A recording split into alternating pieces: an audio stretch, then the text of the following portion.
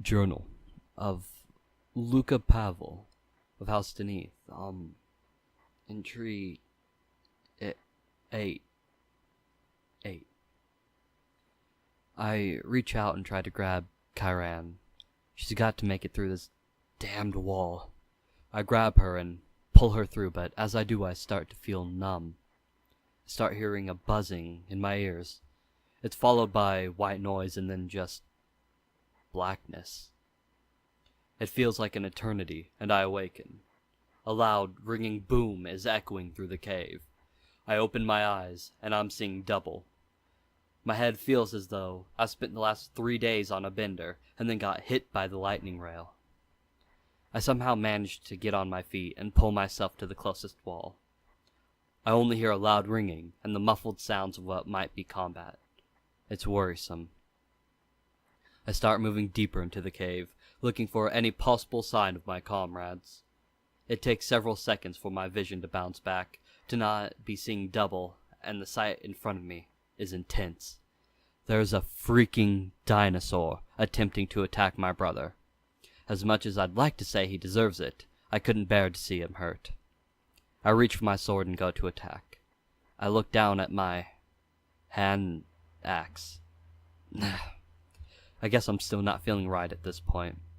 I hurl the axe at the dinosaur and make purchase with its neck. It drops instantly. I continue into combat, and I'm not sure how effective I was. The headache is becoming overbearing, and I need a moment to collect myself.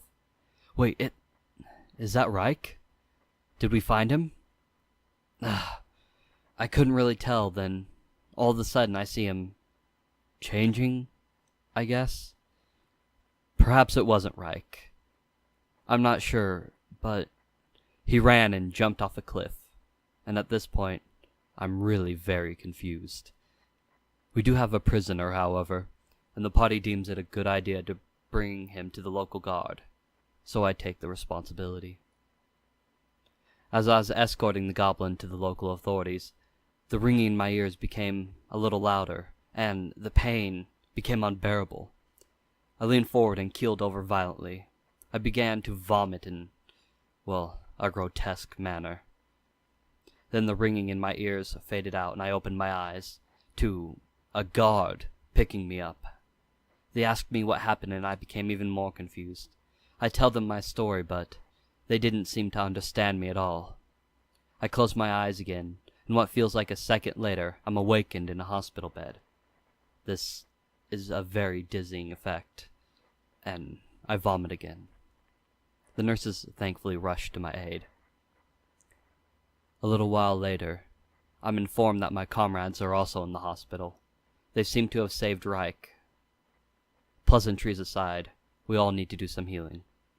It's time to recover before we go any farther.